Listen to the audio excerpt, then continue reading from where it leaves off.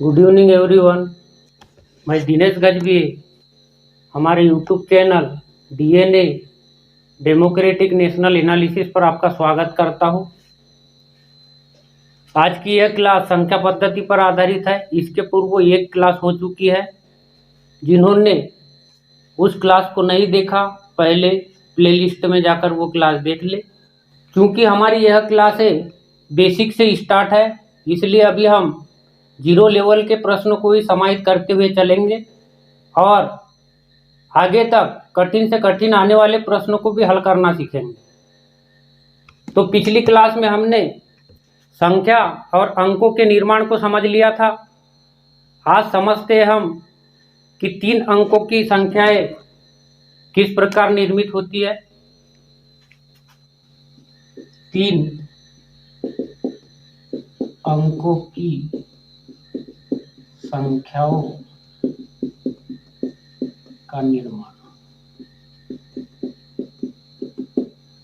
जैसे कि हम पिछली क्लास में देखे थे कि संख्याएं जो है 10 की वृद्धि में चलती है, साथ में यह वृद्धि जो है गुणात्मक चलती है। जैसे देखिए इकाई, इसमें हम जैसी संख्या दहाई की बढ़ाते हैं तो इकाई का अंक लेना होगा आपको, उसमें 10 का गुणा करना होगा और ये दहाई का अंक आ जाएगा। इसी तरह सैकड़े के लिए हम जब चलते हैं तो ये दहाई का अंक लेते हैं और 10 की वृद्धि गुणात्मक तौर पे हो रही है यहाँ, और ये सैकड़ा आ जाएगा। अब यदि इन अंकों को रखते हैं, हम मान लेते हैं कि इकाई का अंक 5 है, दहाई का अंक 7 और सैकड़े का अंक 9 मान लेते। कोई भी अंक मानकर संख्याओं को निकाला जा सकता है। तो यहाँ पे रख देते, इसको हल करते हैं। इकाई के स्थान पे 5 रख दो, दहाई के स्थान पर ये 10 गुना 1 10 हो जाएगा और ये गुणे में आ जाएगा 7 जो कि दहाई का अंक है। इसके बाद हम सैकड़े में 9 रख देंगे, ये 10 10 गुना हो जाएगा 100। अब इसको हल करते हैं, मतलब गुणा करके जोड़ना है। क्या हो जाएगा 900, ये 70 और ये 5, इसको जोड़ दो आप, 900 70 और ये 5 7 9 ऐसे जोड़ना है आपको, तो ये संख्या आ जाएगी 975। अब ये जो 975 हमारे पास संख्या आई है, इसको हम देखते हैं इन अंकों का स्थानीय मान। जैसे 5 का स्थानीय मान देखते हैं। स्थानीय मान 5 अंक का स्थानीय मान, ऊपर में जैसे हमने इकाई में 5 माना था, मतलब 5 ही होगा, क्योंकि स्थानीय मान जो होता है वो संख्या किस पोजीशन पर स्थित है, किस क्रम में स्थित है, इसको दिखाना होता है। क्योंकि 5 जो संख्या है अभी हमने देखे कि इकाई के स्थान पर था, इसलिए इसका जो मान होगा 5 ही होगा। अब जैसे इस संख्या में बोल दे कि 7 का स्थानीय मान, तो 7 जैसे कि हमने देखा अभी दहाई के स्थान पर है, दहाई का मतलब होता है 10, मतलब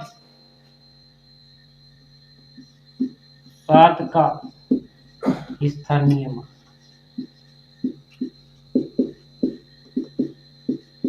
ये 70 हो जाएगा। इसी तरीके से 9 का स्थानीय मान यदि हम निकालते हैं, इसका मतलब सैकड़े में स्थित है, मतलब इसका 9 का स्थानीय मान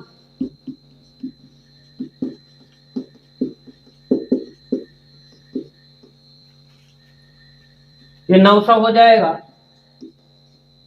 यदि आपको स्थानीय मान इस पद्धति से नहीं निकालना है, एक कॉन्सेप्ट क्लियर करने के लिए मैं बताया था, पर प्रश्नों में जैसे कोई भी संख्या दी रही, मान लो 1 2 3 4 5 ये संख्या दी है, और इनमें यदि आपको पूछे कि 3 का स्थानीय मान क्या होगा, तो आपको 3 लिखना है और जितने इधर अंक दिए हैं उतने 0 बढ़ा देना है, तो ये 3 का स्थानीय मान आ जाएगा।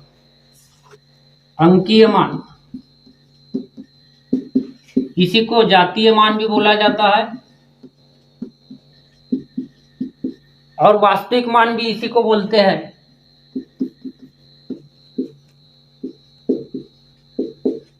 यदि हम इसमें देखें कि 5 का अंकीय मान या जातीय मान या वास्तविक मान 5 ही होगा, उसी तरीके से 7 का अंकीय मान 7 ही होगा और 9 का अंकीय मान 9 ही होगा।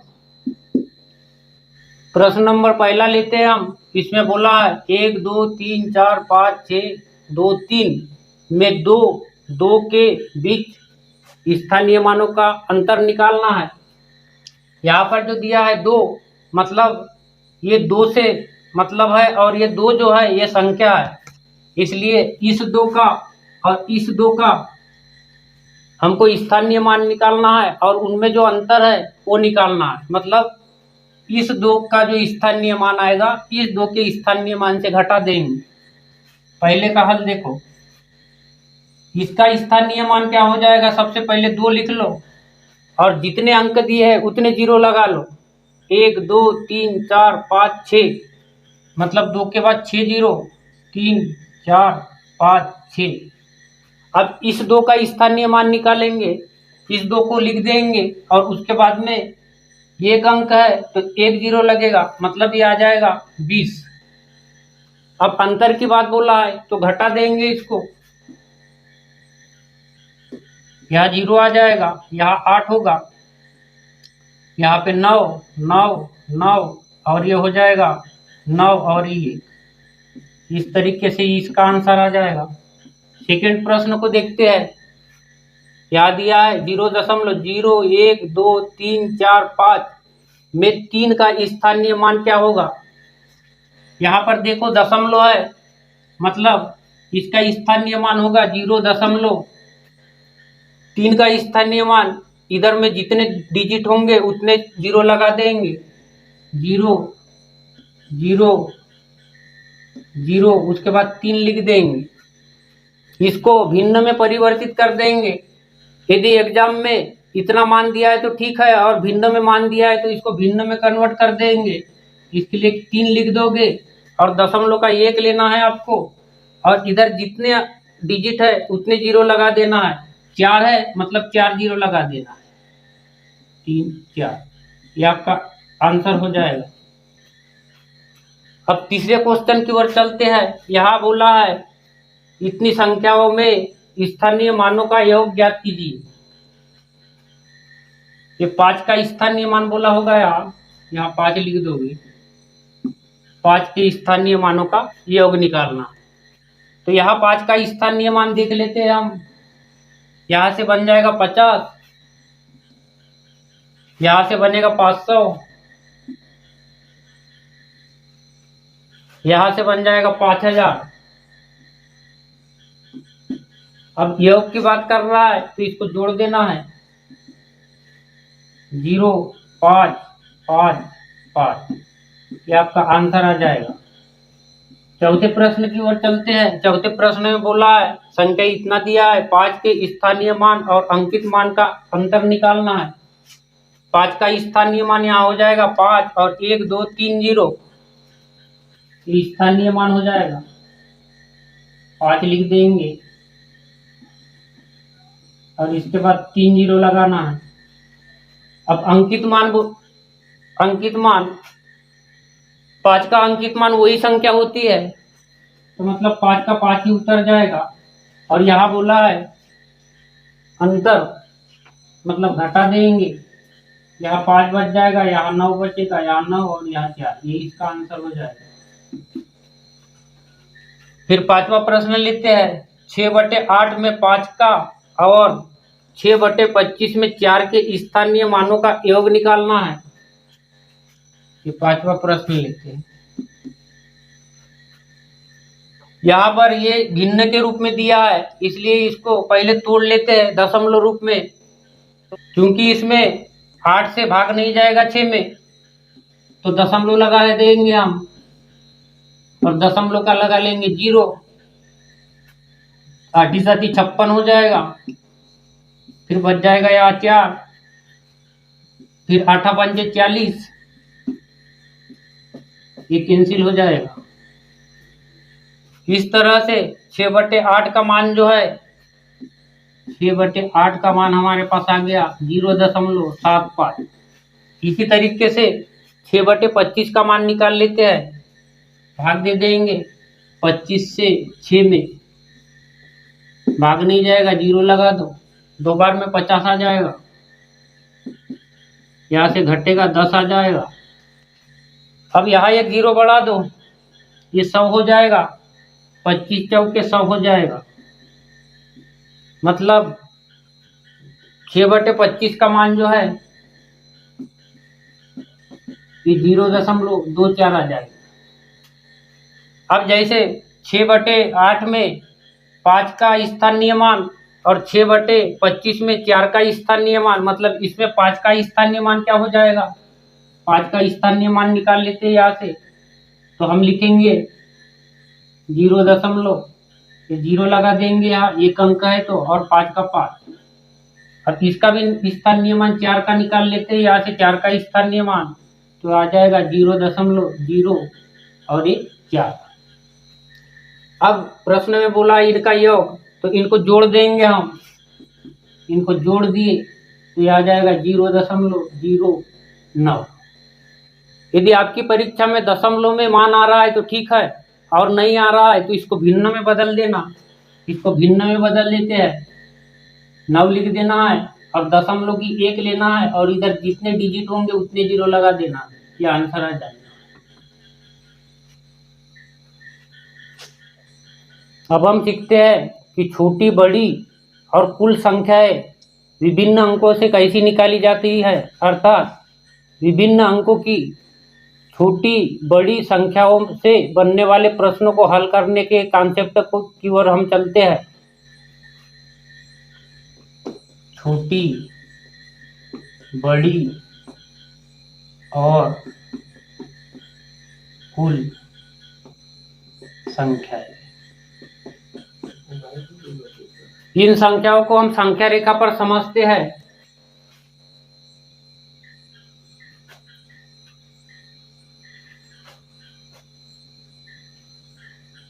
ये संख्या रेखा खींच लिए। साथ में अभी हम धनात्मक पूर्णांक के बारे में बात करेंगे। तो धनात्मक पूर्णांक सबसे छोटा 1 होगा, क्योंकि संख्याएं जो है 1 से चालू होती है धनात्मक पूर्णांक में, यहाँ पे 1 हो जाएगा। इसके बाद में जैसे यहाँ 2 होगा, यहाँ 3 होगा, यहाँ 4, 5, 6, 7, 8 और यहाँ जाएगा 9। उसके बाद यहाँ आ जाएगा 10। फिर संख्याएं बढ़ती चलेगी और इधर ऐसी बढ़ती हुई, मान लो कि यहाँ 99 आ गया, तो इसके बाद आएगा 100। फिर और संख्याएं ऐसी बढ़ते हुए चलती है, और मान लो यहाँ पर 999 आ गया, इसके बाद में आ जाएगा 1000। इस तरीके से ये संख्याएं बढ़ते हुए चलती रहती है, ये आप जानते हो। अब यदि हमसे प्रश्न करें कि एक अंक की सबसे छोटी संख्या कौन सी होगी, तो निश्चित तौर पर हम बता सकते हैं, जहां से स्टार्ट किए थे हमने, वो एक अंक की सबसे छोटी संख्या होगी। मतलब एक अंक की छोटी संख्या हो जाएगी एक अंक की सबसे छोटी संख्या।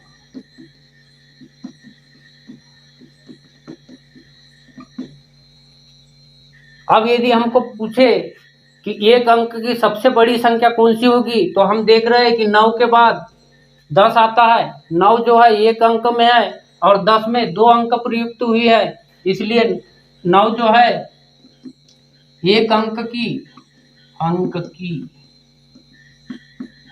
सबसे बड़ी संख्या होगी। अब इसी तरह से हमको पूछे कि 2 अंकों की सबसे छोटी संख्या कौन सी होगी, तो निश्चित तौर पर आप बता सकते हैं कि ये जो 10 है ये 2 अंकों की सबसे छोटी संख्या होगी। और फिर पूछे हमको कि 2 अंकों की सबसे बड़ी संख्या कौन सी होगी, तो ये 99 जो है 2 अंकों की सबसे बड़ी संख्या होगी। क्यों होगी? क्योंकि इसके बाद फिर 100 आ जाता है जो कि 3 अंकों में है। इसी तरह ये 3 अंकों की छोटी संख्या होगी, सबसे छोटी, और 999 जो है 3 अंकों की सबसे बड़ी संख्या होगी। तो अभी हमने सीखा कि एक अंक की बड़ी छोटी संख्या, दो अंकों की बड़ी छोटी संख्या, तीन अंकों की बड़ी छोटी संख्या, और इसी के आधार पर आप चाहे कितने भी अंक दिया रहे उसमें छोटी बड़ी संख्या निकाल सकते हैं। अभी हमने जैसे देखा एक अंक की सबसे छोटी संख्या निकली थी, एक निकली थी, और एक अंक की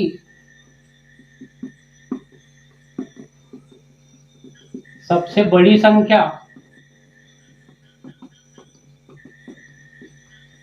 ये थी 9। अब दो अंकों की सबसे छोटी संख्या ये हो जाएगी 10, और दो अंकों की सबसे बड़ी संख्या ये हो जाएगी 99। अब यदि कोई बोले तीन अंक की सबसे छोटी संख्या तो ये हो जाए तीन अंक की सबसे बड़ी संख्या तो ये 999। उसी तरीके से चार अंकों की सबसे छोटी संख्या मतलब ये हो जाएगी 1000, और बोले चार अंक की सबसे बड़ी संख्या तो ये हो जाएगी 9999। ये संख्या का क्रम इसी प्रकार से चलता रहेगा।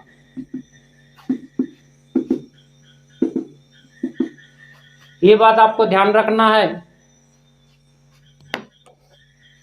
अब संख्याओं से संबंधित अन्य रूल को देखते हैं। संख्या रेखा पर अभी हमने देखा था यहाँ पे 1 2 3 या ऐसी 9 और यहाँ 10। अब यदि हमको पूछे कि इनके बीच में मतलब इस संख्या रेखा में एक अंक के कुल कितनी संख्याएं है, तो हम निश्चित तौर पर संख्या रेखा पर देखकर बता सकते हैं। किंतु जब बड़ी संख्याओं को दिया जाता है, यदि आपसे प्रश्न कर ले 1 से 99 के बीच या मान लो 100 के बीच कितने ऐसी संख्याएं हैं जिनमें दो अंक आते हैं, अर्थात दो अंकों से मिलकर बनी संख्याएं 1 और 100 के बीच कितनी है, तब आप ये सीमित दायरे में रहकर इसको हल नहीं कर सकते। इसलिए आपको ये फार्मूला ध्यान रखना है। एक अंक की कुल संख्या, तो एक अंक की कुल संख्या निकालना है, मतलब ये यहाँ से 1 से लेके 9 तक कितनी संख्याएं है ये हमको निकालना है। तो इसके लिए हम करेंगे सबसे बड़ी संख्या। कौन सी सबसे बड़ी संख्या रहेगी? एक अंक वाली। इसमें से घटा देंगे सबसे छोटी संख्या और इसमें एक जोड़ देना है।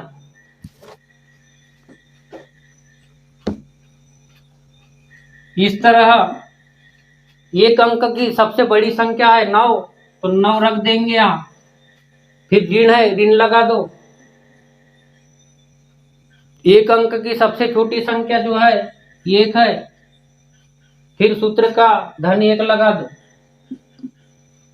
अभी क्या हो जाएगा, ये इससे कैंसिल हो जाएगा, मतलब 9 बच जाएगा। मतलब 1 से लेकर 10 के बीच या 1 से लेकर 100 के बीच या 1 से लेकर अनंत के बीच भी यदि बोले आपको, तो सिर्फ एक अंक वाली संख्याओं की संख्या 9 होगी। इसी तरह इसी विधि से हम 2 अंकों की, 3 अंकों की, 4 अंकों की और अन्य अंकों की संख्याएं निकाल सकते हैं। जैसे 3 अंकों की एक एग्जाम्पल ले लेते हैं और 3 अंकों की संख्याओं को निकालते हैं। 3 अंकों की कुल संख्या है,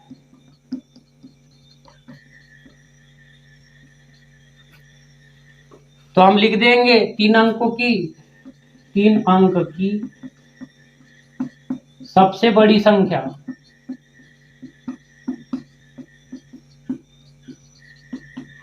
ऋण कर देंगे 3 अंकों की सबसे छोटी संख्या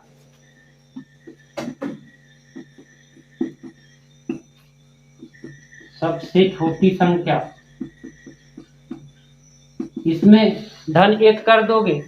3 अंकों की सबसे बड़ी संख्या अभी हमने देखे थे 999। 3 अंकों की सबसे छोटी संख्या होती है 100 और धन 1। अब इसमें इसको इससे जोड़ दो, मतलब ये आ जाएगा 1000। अब ये ऋण 100 मतलब 1000 में से 100 जाएगा तो 900 बच जाएगा। तो ये 900 जो है 3 अंकों की कितनी संख्या है हमारे संख्या पद्धति में उसको दर्शा रहा है। मतलब 900 ऐसी संख्या आएगी जो 3 अंकों से बनी होगी। अब संख्या पद्धति के नियम में हम परिमेय और अपरिमेय संख्याओं को देख लेते हैं कि कौन सी संख्याओं को परिमेय संख्या बोला जाता है और कौन सी अपरिमेय संख्या होती है। परिमेय और अपरिमेय संख्या, जैसे कि आपने भिन्न पढ़ा होगा, भिन्न में अंश और हर रहता है, ऐसा भिन्न रहता है अंश बटे हर। अब इसको मान लो अंश को कि p है और हर को मान लेते हैं कि q है, तो ये एक संख्या आ जाएगी p बटे q, जिसका अंश जो है p है और हर जो है q है। तो इस प्रकार की जो संख्या बनी होती है अंश बटे हर के रूप में, उसी को हम परिमेय संख्या बोलते हैं। ये परिमेय संख्या कहलाएगी। साथ में इसमें कंडीशन होती है कि जो p है या q है ये 0 के बराबर कभी नहीं होगा। यहाँ p 0 नहीं हो सकता और q 0 नहीं हो सकता। इसी तरीके से हम अपरिमेय संख्या को समझते हैं तो इसका उलट हो जाएगा। मतलब ऐसी संख्या जिसको p बटे q के रूप में नहीं लिख सकते वो अपरिमेय संख्या हो जाएगी।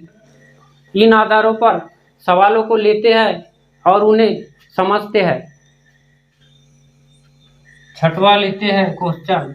इसमें दिया है 1.333, ये अनंत तक जा रहा है, इसको लिख दो 1.3 का बार, इसको इस तरीके से लिख दो।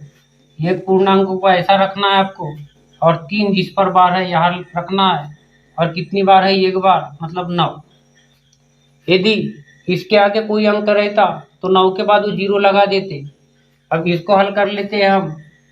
9 का 9 और 3 जुड़ जाएगा मतलब आ जाएगा 12 बटे 9। 3 तिया 9, 3 चौ 12। इसको लिख सकते हैं हम 4 बटे 3। मतलब इसका अंश भी है और हर भी है, इसलिए ये भी परिमेय संख्या होगी। इसी तरीके से इसको क्या लिखेंगे डी वाले को, यह है 3.14, इसको लिख दो 314 पूर्णांक के रूप में। दशमलव का 1 लगा लो और जितने अंक है उतने 0 लगा दो। इस तरीके से हम यहाँ देखते हैं कि यहाँ भी अंश बटे हर के रूप में आया है। और पाई जो है नियतांक होता है, इसका मान हमेशा पर्टिकुलर पाई ही माना जाएगा। जैसे आप जानते भी होंगे कि 22/7 इसका मान होता है, किंतु वो मान यथार्थ रूप में नहीं माना जाता। इसलिए जो पाई है जिसका अंश बटे हर में उल्लेख नहीं कर सकते, इसलिए पाई यहाँ पर अपरिमेय संख्या हो जाएगी। आपका बी आंसर हो जाएगा। अब दूसरे प्रश्न को देखते हैं। 7 को लेते हैं। 7 में बोला है परिमेय संख्या कौन सी है, तो परिमेय संख्या जो है कर्णी 4 जो ए में मान दिया है, कर्णी 4 को आप लिख सकते हो 2 गुणा 2 मतलब 2। तो 2 जो है ये परिमेय संख्या होगी। क्यों होगी? क्योंकि 2 को 2/1 लिख सकते हो आप, जिसमें अंश 2 और हर 1 होगा। सभी पूर्णांक जो है वो परिमेय संख्या होती है, क्योंकि उसको इस रूप में लिखा जा सकता है। और बाकी ऑप्शन हम देखते हैं तो उसको p/q के रूप में नहीं लिखा जा सकता। अब प्रश्न नंबर 8 लेते हैं। इसमें दिया है प्रथम 40 प्राकृत संख्याओं का योग ज्ञात कीजिए। 8 में देखते हैं। तो प्राकृत संख्याओं का योग हम जानते हैं, लगातार प्राकृत संख्याओं का योग ये होता था n+1/2। यहाँ मान रख देंगे, n मतलब 40 है, तो 40 गुणा 41/2 ये इससे कट जाएगा, मतलब 41 गुणा 20, तो ये आ जाएगा 820। ये आंसर हो जाएगा इसका। अब प्रश्न नंबर 9 लेते हैं। यहाँ बोला है संख्या दिया है, किस संख्या से विभाजित होगी। मतलब ये संख्या है, ये ऑप्शनों को पकड़ेंगे हम और देखते हैं कि किस संख्या से विभाजित हो सकती है। 4 से यदि विभाज्यता का नियम हम देखें तो जो संख्या के अंतिम के अंक जो होते हैं वह 4 से विभाज्य होते हैं, तो वह संख्या भी पूरी ये संख्या भी 4 से विभाजित होती है। अब 4 के पहाड़ी में 24 आता है, मतलब 4 से 24 विभाजित हो जाता है, इसलिए ये संख्या जो है 4 से विभाजित हो जाएगी, इससे विभाजित हो जाएगी। अब 8 की ओर चलते हैं। तो सैकड़े तक बनी संख्या 8 से विभाजित होगी, तो बाकी जो दी संख्या है वो भी 8 से विभाजित होती है। अब 624 को आप 8 से विभाजित कर लो, 8 7 56, ये 6 आ जाएगा, और ये 4 मतलब 8 8 64, तो ये क्या है 8 से पूरा विभाजित हो जाता है, ये 3 अंक विभाजित हो जाते हैं, इसलिए ये पूरी संख्या जो है 8 से भी विभाजित हो जाएगी। अब 11 से विभाज्यता का नियम देख लेते हैं हम। तो 11 के विभाज्यता के नियम में है, जैसे मान लो ये 1 अंक हो गया, 2 अंक हो गया, 3 अंक हो गया, 4 अंक हो गया, 5 अंक, ये ऐसे चलते रहेगा। यदि इसको हमने विषम अंक माने हैं, क्योंकि संख्याएं जो है विषम अंक से शुरू होती है, ये माना जाता है, क्योंकि 1 जो है वो विषम है और वहां से संख्याओं की शुरुआत होती है, इसलिए इसको हम मान लेते हैं विषम। तो ये हो जाएगी सम, क्योंकि संख्या जो है सम और विषम में आगे बढ़ती है, फिर ये आ जाएगी विषम। इसी तरीके से ये सम और फिर ये विषम। तो यदि इस संख्या में हम देखें तो ये हो जाएगी विषम, तो ये हो जाएगी सम, ये हो जाएगी विषम, तो ये वाली हो जाएगी सम, इसके बाद ये विषम और ये विषम, और बाकी ये जो है ये सम होगी। तो इसका रूल देखेंगे हम। तो संख्या विषम संख्याओं का योग में से सम संख्याओं का योग घटाते हैं, और जो आंसर आएगा वो या तो 11 से विभाजित होगा या उसके या 0 आएगा। विषम स्थानों का योग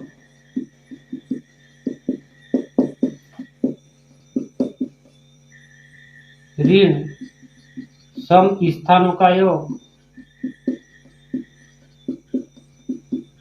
बराबर आएगा हमारे पास 11 से विभाजित कोई संख्या, विभाजित होने वाली संख्या, या यदि ये नहीं आया तो 0 आएगा। विषम संख्या के विषम अंकों को देख लेते हैं। तो 5 और 3 8, 8 और 6 14, 14 और 4 हो जाएगा 18। ऋण है ऋण लगा दो। सम अंकों का योग देख लेते हैं। 3 2 5 और ये हो जाएगा 2 7। अब इसको घटा देंगे, मतलब 18 में से 7 जाएगा, 11 बचेगा। ये जो 11 संख्या आई है ये 11 से विभाजित है, इसलिए ये जो संख्या है 11 से भी विभाजित हो जाएगी। 11 से विभाजित हो जाएगी, मतलब सी ऑप्शन भी सही होगा। इस तरीके से हम देखते हैं कि ये ऑप्शन, बी ऑप्शन और सी ऑप्शन दोनों से तीनों से विभाजित है, इसलिए डी ऑप्शन इसका सही उत्तर हो जाएगा, जिसमें दिया है कि इन सभी से, मतलब ये 4 से 8 से और 11 सभी से विभाजित हो जाएगी। अब प्रश्न नंबर 10 लेते हैं। 10 में बोला है संख्या निम्न में किस संख्या से विभाजित हो सकती है, ये भी विभाज्यता वाला है। इसको देख लेते हैं। जैसे 2 है तो 2 से विभाज्य संख्या कब होती है, जब उसकी इकाई अंक में 0 या 2 या 4 या 6 या 8 में से कोई एक अंक हो। यहाँ हम देखते हैं कि 6 है, इसलिए ये 2 से विभाजित हो जाएगी ये संख्या। अब देखते हैं 3 से विभाज्यता का नियम। तो 3 में क्या होता है, संख्या के सभी अंकों को जोड़ देते हैं और 3 से यदि वो विभाजित है तो वह संख्या भी 3 से विभाजित हो जाती है। 3 और 4 7, 7 और 5 12, 12 3 15, 15 4 19, 19 2 21 और 21 6 हो गया 27। मतलब 27 3 से विभाजित है। इसका योग आ गया था हमारे पास 27, और 27 क्या है, 3 से विभाजित है।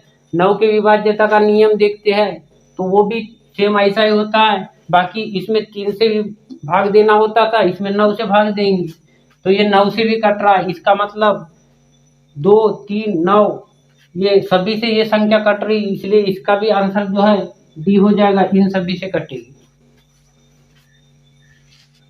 प्रश्न नंबर 11वां लेते हैं। प्रथम 68 तक की सम प्राकृत संख्याओं का योग निकालना है। सम प्राकृत संख्याओं का योग पूछा है। यहाँ पर संख्या रेखा पर यदि हम देखें तो यहाँ से 1 से 68 तक योग बोला है इसने, और वो भी बोला है सम प्राकृत संख्या। तो सम जो है 1 को छोड़ के 2 आएगी, फिर 4 आएगी, ऐसा यहाँ तक 67 विषम आ जाएगी और 68 सम आ जाएगी। इस तरह हम देखते हैं यहाँ पर जो है 68 में, इसलिए 68 में 2 का भाग दे देंगे और सम संख्याएं कितनी है वो निकाल लेंगे। ये 3 और 4 मतलब 34। 1 से 68 तक सम संख्याएं है और बोला है योग ज्ञात करने। तो सम प्राकृत संख्याओं का योग निकाल लेंगे हम। ये होता है n प्लस 1 34 गुणा 35 हो जाएगा। इसका गुणा कर देंगे, 5 को 20, 5 किया 15, 17 हो जाएगा। 3 चौ 12, 3 किया 9 10, 0 9 1 1, 1190 ये आंसर हो जाएगा इसका। अब प्रश्न नंबर 12वां लेते हैं।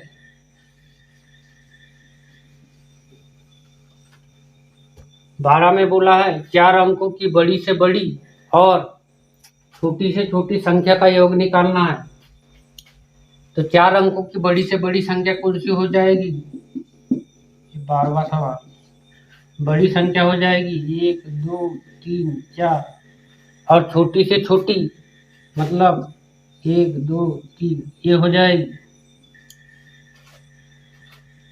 तो इसमें योग निकालना है, मतलब जोड़ देना है इसको। 9 9 9 और 10, इसका आंसर है। 13वां सवाल लेते हैं। 2 संख्याओं का योग 90 है। यदि उन दोनों संख्याओं में 40 का अंतर है तो संख्याएं बताइए। अब इसको ऑप्शन से बना लोगे। 2 संख्याओं का योग 90 है बोलता है, देख लेते हैं 90 किस किस का योग है। 7, इसका 90 योग हो जाएगा 7, ये 0, 90 योग इसका भी हो रहा है, ये भी 90 हो जाएगा 0, ये भी 90 हो जाएगा। मतलब सभी का 90 योग है। फिर आगे की कंडीशन पढ़ते हैं। इनके बीच 40 का अंतर है बोलता है, तो देख लेते हैं हम 40 का अंतर।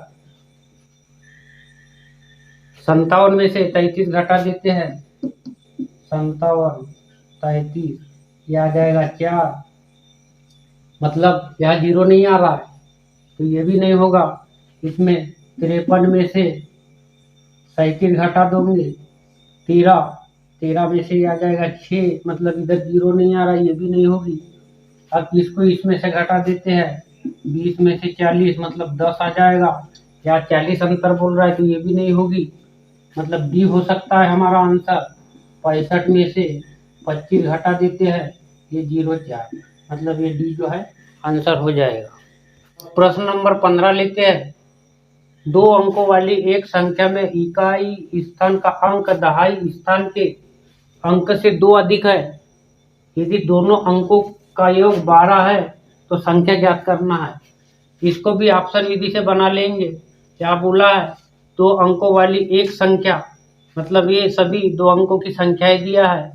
इकाई स्थान का अंक दहाई इकाई स्थान के अंक से 2 अधिक है, मतलब जो दहाई का अंक है उससे 2 अधिक होगा इकाई का अंक।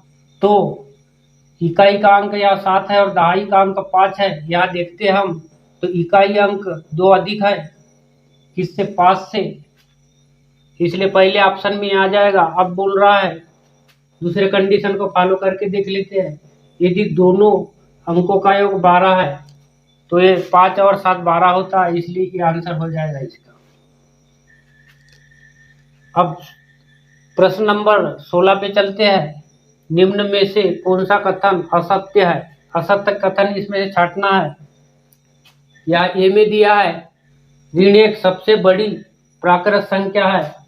तो हमने देखा था कि ऋणात्मक पूर्णांक में सबसे बड़ी प्राकृत संख्या ये होती थी ऋण 1। अब बोला है पाई एक अपरिमेय संख्या है, तो ये भी सही है, क्योंकि पाई जो है एक अपरिमेय संख्या होती है, उसको अंश बटे हर के रूप में नहीं लिख सकते। और फिर बोल रहा है 22/7 ये एक परिमेय संख्या है, तो ये भी सही है, क्योंकि इसमें अंश बटे हर में लिखी हुई 22/7 है। डी में बोल रहा है सबसे छोटी अभाज्य संख्या 3 है, ये गलत हो जाएगा। हम देखते हैं अभाज्य संख्याएं जो है 2 है, 3 है, 5 है, 7 है, इनमें सबसे छोटी 2 है और यहाँ 3 दिया है, इसलिए हमारा जो आंसर है ये डी वाला हो जाएगा। अब प्रश्न नंबर 17 की ओर चलते हैं। 17 में दिया है निम्न में से कौन सा कथन असत्य है? असत्य कथन इसमें भी छांटना है। ये में दिया है 2 सम संख्याओं का योग सम होता है। देख लो, जैसे सम संख्या 2 और 4, इनको जोड़ लो, कितना आया? 6, जो कि सम है, तो ये सही है, इसलिए ये उत्तर नहीं होगा, क्योंकि अपने को असत्य दिखाना है। बी में देखते हैं 2 विषम संख्याओं का योग हमेशा विषम संख्या होती है। विषम संख्या ले लो, जैसे 1 और 3, तो ये वाला जो है 4 हो रहा है, और यहाँ बोलता है कि विषम संख्याओं का योग हमेशा विषम होता है, जबकि हमने विषम संख्याओं का योग किए और 4 सम आ गया, तो इसलिए ये वाला हमारा ये गलत होगा संख्या तौर पर, किंतु आंसर में ये हमारा आंसर हो जाएगा, क्योंकि आंसर में जो बोला है असत्य दिखाना था, तो ये असत्य हो जाएगा। इस तरह 16 का आंसर जो है ये डी हो जाएगा, ये वाला आंसर, और 17 प्रश्न का आंसर जो है ये बी वाला हो जाएगा।